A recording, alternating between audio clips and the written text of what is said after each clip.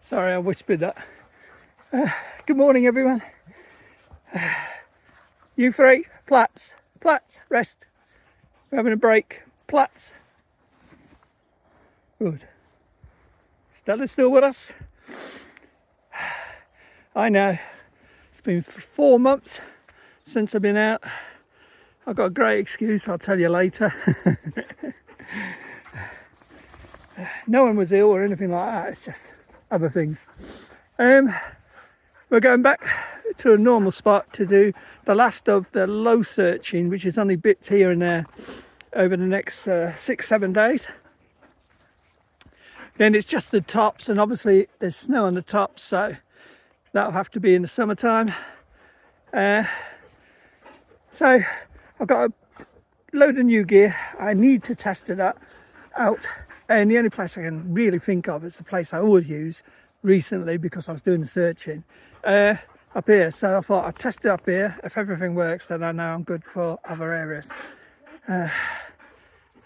Don't worry, it's heavy, but it's not as heavy as it used to be.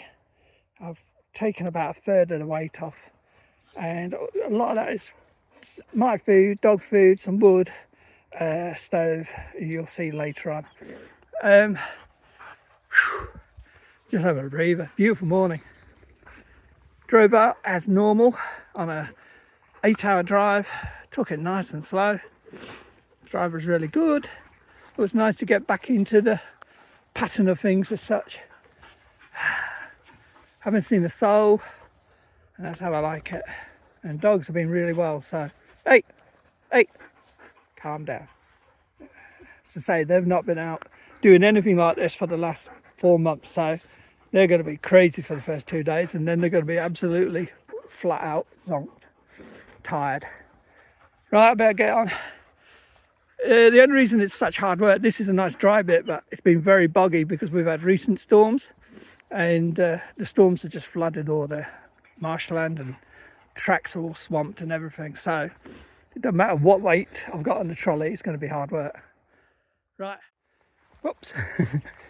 Divots and holes and everything here. I'm showing you. Oh, that looks like a bivvy bag.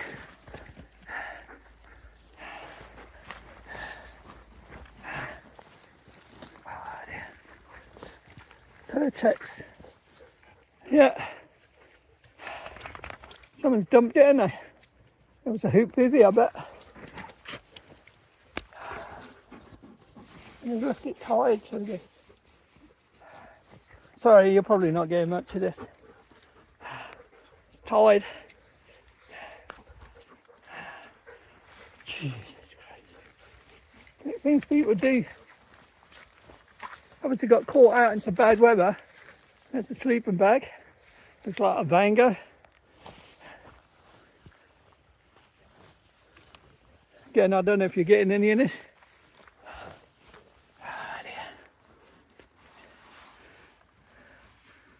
Oh, I don't know, Nova 2. It's a cheapie anyway. Synthetic, really soaking. Oh, hold on, it's not a cheapie. It's ruined anyway. Mountain equipment. So they had a hoop bivvy, and I'll see what I'm carrying when I come back. If I can load that onto a trolley and get rid of it. At least dump it near the buffet. and then someone can pick it up from there, hopefully. We'll see. Can't say how much I'm struggling as I am now. I was walking out and I saw it. I was like, who would camp in there? Maybe they were camped in there. Tied it to stupid place to pitch or camp anyway. It's all boggy. Even in the summer it's boggy in there and smelly. I've got to get across this bridge if I can. I'll see you in a minute.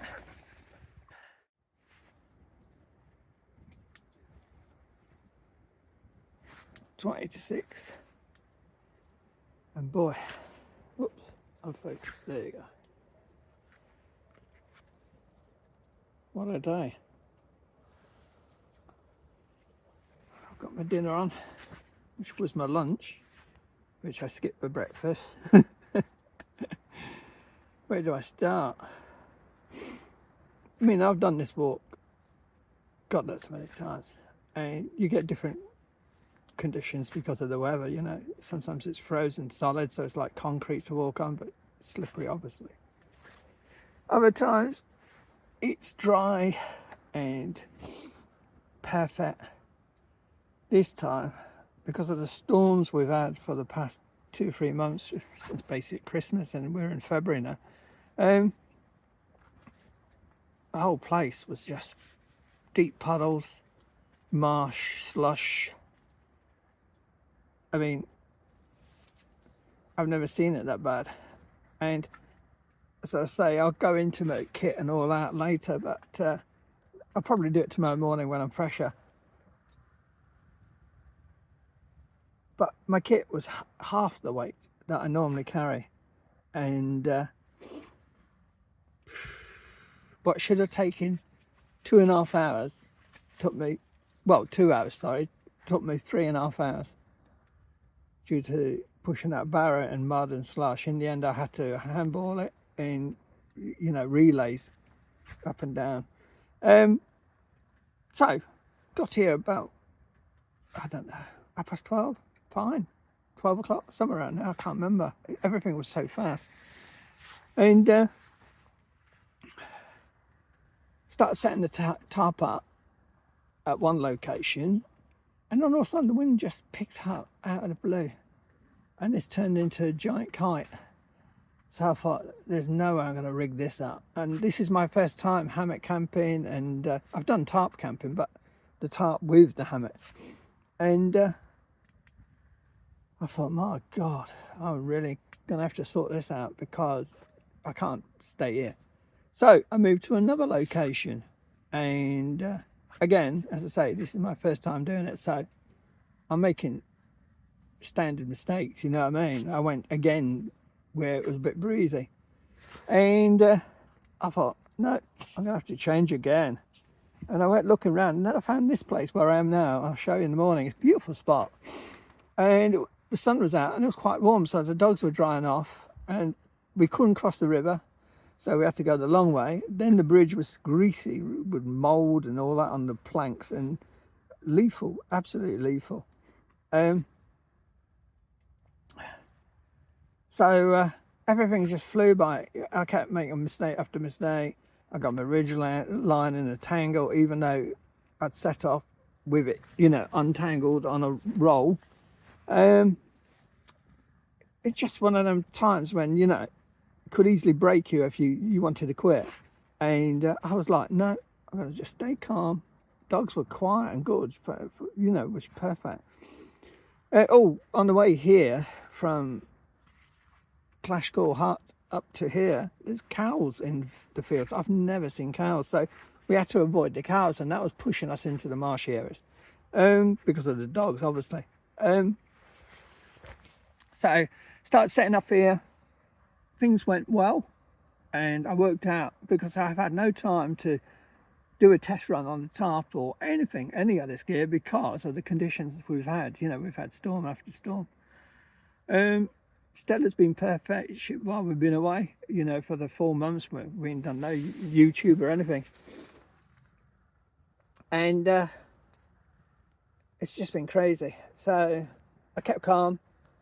I'm more or less got everything ready. I've got to still set the hammock up. It's just still in its skins. I would just chop wood, make sure the dogs were fed. I can't find my platypus, you know, the water bladders. I've put them somewhere in my bag or something, and I've gone and hidden them, and I can't find them, but I will find them. I've got so much gear, you know. I had it organised, but then because I kept moving, it got disorganised. So it's better to do it right. If you're going to do it right. So I'm learning, and yeah, I'm making loads of mistakes, but it's the only way you're going to learn. God knows how I'm going to. I mean, I've watched all the videos, done all my research, and you know, but nothing beats actually being out there and doing it, does it? You know what I mean? So if I did start first time, this is a titanium pole molly, titanium. I can't tell you what model. I think it's a 1 litre. Do they call them 1 litre? 1 point something, 1.0, something like that. Hate that chimney, the roll, you know what I mean, the way you have to roll it up, but it's light. And as I say, I've done a first burn. I got it started with the doors open, and then I was happy that there was no smells or toxins or anything like that. Dogs did seem fine. So it's going to throw out some heat once we get it with holes going. I'm lucky where I've pitched here is a massive dead tree with the branches and everything, and the bone dry. So that was one good bit of luck. I put all the bags there so the dogs don't get drafts. Obviously it's going to get cold tonight. This is not their only bedding. I mean, they've got Stella's got a nice furry fluorescent jacket now, so she's nice and warm. Rogue's got her jacket, so she's got a full length one now. Rebel never minds, so don't worry about him. He doesn't look. Does he look like Sharon? Even if I covered him, he'll uncover. But I've got a big quilt, -6-degree quilt from One Wind one that used to be an under quilt for a hammock, and it was just too bulky, so I thought that would do for the dogs. So I'll throw that on Stella, and Rogue and Rebel can have this one. They'll be more than warm. As I say, this is going to be burning as late as I can. They're going to be tucked up. I'm going to be tucked up, and I'm absolutely white. So, as I say, I'm going to have this, and I've got another one, nice cup of coffee, and just relax for a bit. And then I'm going to set the hammock up, make sure the dogs are out, and done what they need to do. Oh, I've got to feed them once more, but I don't know. Rogue's not eating because of excitement and all that. And then I can settle down. That's why I'm not worried about chopping too much wood, you know what I mean? If I'd been burning up from like 12 o'clock today, I would have had to chop and chop and chop. Luckily, I've only got done enough for tonight. Or early morning, so it leaves them a little bit for early morning so we can warm up. Temperatures today, as I say, when I set off, I thought it'd be freezing. So if it was freezing, you see, then the ground would be hard. So I've been waiting and waiting for all this bad weather to go. But it was above freezing. It was like 1 or 2 degrees, and that makes a big difference. So I'm gonna have this, and I know I'm jabbering, but it's been, you know what I mean, I made loads of mistakes today, but I don't worry, I'll get there. And the reason I'm doing all this is to lighten the load, you know what I mean, because a hammock is lighter. This tarp, I mean, this is only for winter. I won't be using this on full blown. I've got a nice lightweight one for the warmer months, you know what I mean, when we don't have to worry about a fire so much. And obviously when the midges are out crazy, then I'm gonna have to get into the little tent. But I'm trying to lighten the load, and it's working. I'm starting to trim. I mean, look, I've got a pan, so I'm having hot food, you know, not dehydrated, actually cooked. I mean, there's cheese, pepperoni, I can't remember how it's pronounced, but anyway, so I'm tired, and chicken, and I think I've got some onion, so it's a right mix. So I've got to flip it and make sure it grills on the other side. Right, I'll see you later, and tell you what, that tasted really nice. I'm sure it will. I think anything would taste nice, as I say, and anything since breakfast. Right, see you later. baby, this fire. It doesn't like the wet wood. Tomorrow I'm going to have to split that really small so it bites. And then when I get some good ash, good coal, sorry, then I can put wetter wood on. It's just struggling. I let it go roaring a couple of times, but then it just, as soon as you put anything fresh on, it kind of calms down again. It's warm in here. My toes are cold because there's a draft coming at the bottom. So all that side, it's been sealed off more or less behind me. But I'm going to get some logs or something and place them there so it kind of blocks. Dinner was lovely. The remains are down there. Stuffed. What to talk about? There's too much to talk about, to be honest. Why I haven't been doing anything for 4 months? Quite simple. I've been swapping gear. There's no easy way to do it. Once you sell tent, sleeping bag, you sleep in that, and before you can order anything else, you've got to kind of, I mean, some of this gear, I mean, not the tarp, this one, but hammock and quilt and inside quilt what I'll be sleeping with. I had to order it from America, and it takes like between 4 to 6 weeks. Then there's 2 weeks nearly through customs and the flight, the freight over. Sorry, I'm half asleep. I've been on the go for about 36 hours, but I've been really pushing it today, so I'm exhausted, to be honest. Hence, yeah, so I couldn't get out because I'm swapping gear, and once you, as I say, once you sell the tent and all that, you've got nothing to, because I sold my canvas tent. I mean, that weighed something like 22 pounds, something like that. This thing here weighs about 5.5. The stove was the old one was a T304 stainless steel thing, Highlander or something like that. That weighed something like 18 or 14 pounds, somewhere around there. And this one weighs about, I don't know, I think it's about, with all the gear, because you've got a case, the pipe, rings, all the kind of extra bits and bobs. I think it's just over £5, £6, something like that. Again, so already you're saving so much. And obviously with a tent, you need a mat. You know, I was taking a cot, and the cot was weighing something like £8. All I've got, and that was taking a chair, and I've got a folding chair here. I can't remember how much this weighs, but it's only a couple of pounds. The tarp and all that weighs, I was weighing with the shelter and the stove and the tarp and the hammock, quilts, etc. coming to £22, whereas before it was over £76 with all the gear. So you see my point. I mean, everyone was saying to me, you're carrying too much, and I knew I was, but it's sometimes nice to be out in the wilds with all the luxuries. But like today, I would not have been able to get that canvas tent and all that heavy gear to here today if I did have it.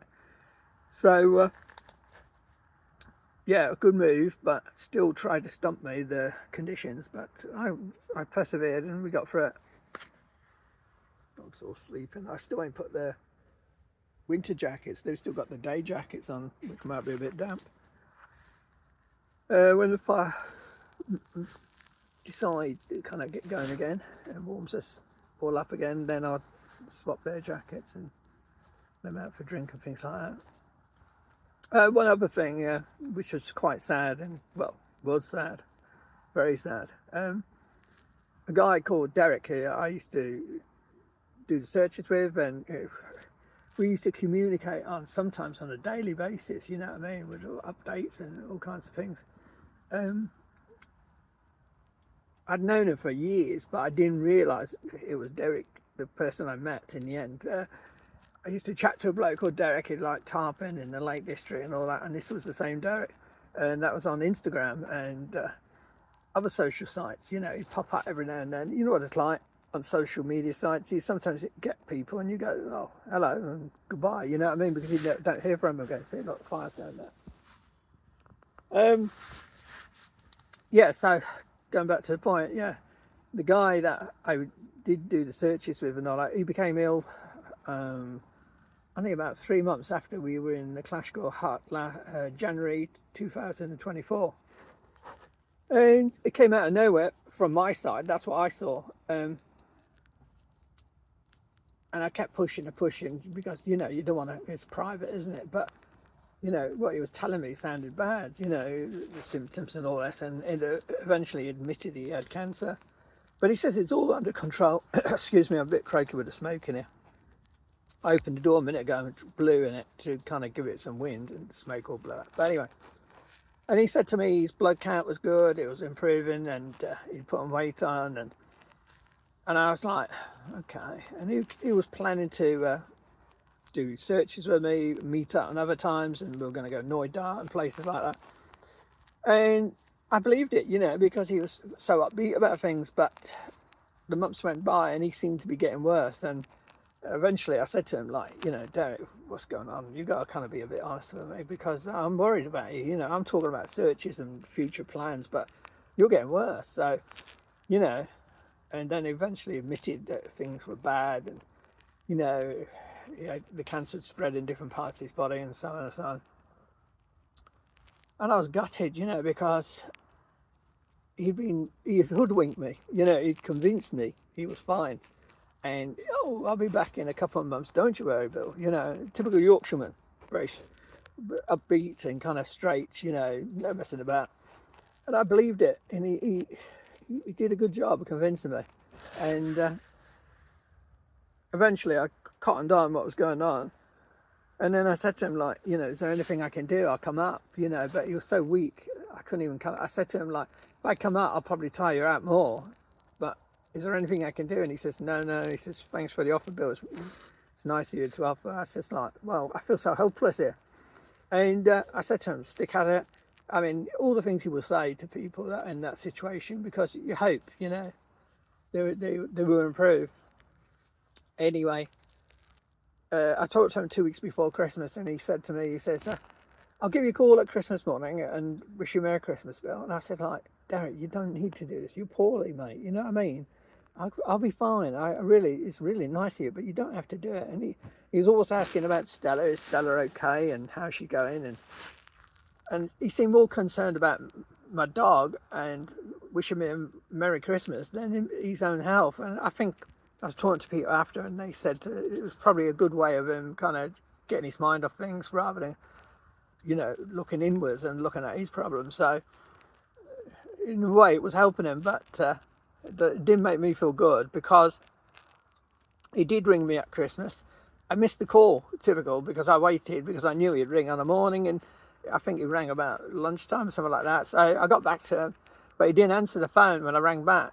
So I thought, oh, he's gone out, you know, he must be getting better. And about 5 days into January, the new year, I got a text off his wife.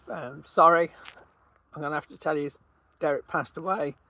He passed away on, I think, the 4th or 5th of January in hospital. And so I was like, completely stumped. I knew he was poorly. I knew he was getting worse. But I didn't think it was at that stage. And I rang her back, and it was hard to talk to someone. I'd never met her, you see. Derek had always talked about her, but I never had the chance to meet her, or, you know, many times we'd say we'd come up and I'll pass by the house or, you know, on the way or whatever, because he knew I was always up and down to Scotland. And but I never got a chance to meet her. And she was a lovely lady, and she told me a few things, and, you know, how bad he really was. And the crazy thing was, he was in hospital, you know, more or less on his last breaths as such, and really suffering. And he was ringing me to wish me a Merry Christmas and asking about Stella. And you know, that just knocked me for six, that did, because you know, what kind of person does that? They're more concerned about other people than themselves, even when things are getting dire. So all I remember is 2 weeks before Christmas, we were laughing and joking, and you know, I didn't think anything was going to be this severe, but sadly it was. So I'm hoping he's up there watching down and kind of laughing and keeping an eye on us, you know what I mean? Because he was a really good bloke. He was a gentleman, and he was offering help to the missing person here, you know, Neil Skinner, and even other places he was offering help. And sometimes you're getting rebuffed, you know, because people are like that. Yeah. But again, he was in such a dire state, his health was, and he must have known a lot more than he ever let on, and even to his wife, I think. And you know, he's thinking of other people again, wanting to help, searching. And I'm just glad that the last year and over the past 2 years or whatever, we were chatting on the phone and laughing and joking, you know, sending messages on WhatsApp and things like that. And, you know, we met up, as I say, and he was really, really nice guy. And we had so many plans, as I say, but sadly it's not going to happen now. So it really knocked me for six. And I was planning to come up here, I don't know, probably the first week of Jan, somewhere around there. And it just kind of didn't feel right. There was no urgency. All of a sudden, the wind had been taken out of my sails, and I just felt so bad for poor Derek. But, and I've lost a lot of good friends over the years. I mean, really good friends. And I always stay strong, and it never bothers me. But I think with old age, I'm getting softer, or things are hurting more, because hearing about Derek passing really did hurt me. So, you know, I had to sit there and kind of sort my head out and kind of say, come on, we've got to move on, we've got to carry on. And I thought, right, fresh start, change all my gear. And this is why I got the hammock, because it's something I always wanted to do. And I always said, I'll do it next year or maybe the year after, but I never did.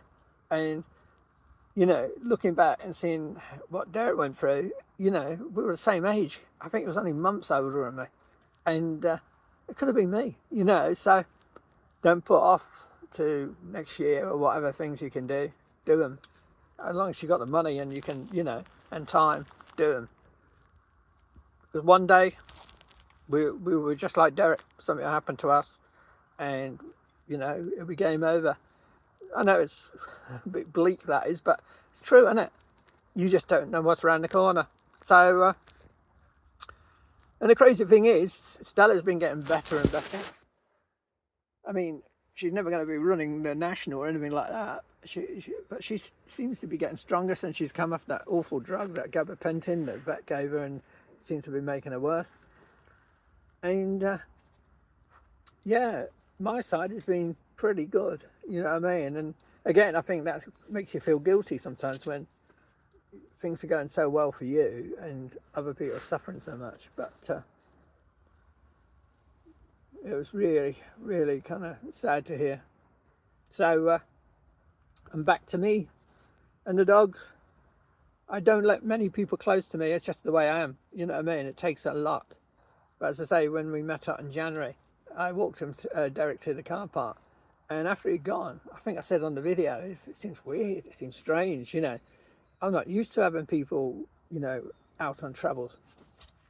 Oh, it's I better let her go. But anyway, so that's the reason I, you know, took my time. I wanted to do things right, take my time. And this search, to be honest, cutting it short, I'll talk more about it another day. This search is starting to can't be closed now for me, because I've done all the low ground. There's only the odd bit to do. The high ground needs doing, but it's only going to be me, and I've got Stella. And you know, it's been 3 years since Neil's missing, and I mean, I personally don't think, when I first heard the story, I thought he was a Monroe. So yeah, I thought he'd gone up them you know, valleys and onto the high ground. But seeing what Neil was, how frail he was, and how again he had illnesses and depression and things like that. So I don't think he's ever got up there. You know what I mean? But I could be wrong. But yeah, I think I have to move on from this search as well. So this week I'd finish off some of the bits near the plantation behind me, and I can't think anything else lower down. People say to me, what can you tell what things you've done? And basically I've done all the low ground everywhere, up to the valleys, in the plantations, round the back of the plantations, all that. I haven't done Glen Kinglass, the lodge down there, and I haven't done Loch Dochard, just in case poor Neil ended up in the water and was, you know, washed towards Loch Dochard. But I did walk up the river when there was a drought on that first year, you know what I mean, where there was only a trickle and there was nothing there. So yeah, sorry it's long, but you know, I owe it to people. But there's a lot of people subscribe as well, and you know, I appreciate everyone that subscribes, because hopefully we can raise some cash for mountain rescue. But I don't want it to suddenly disappear when people subscribe and they think, what's this bloke doing? You know what I mean? He suddenly got bored or something. It was nothing like that at all. It was just a simple case of what happened with Derek. Not really pushed to go out because I just lost the interest for probably a month or so. And then I decided, right, I'm going to swap all this gear and change all this gear. And it takes time. You can't do it quickly. But I don't know if she's heard something or she wants to go out. Where is that? Could be a deer. Right, so that's it. I'll talk to you probably late in the morning, and you might see me in the hammock. I don't know. Bye for now.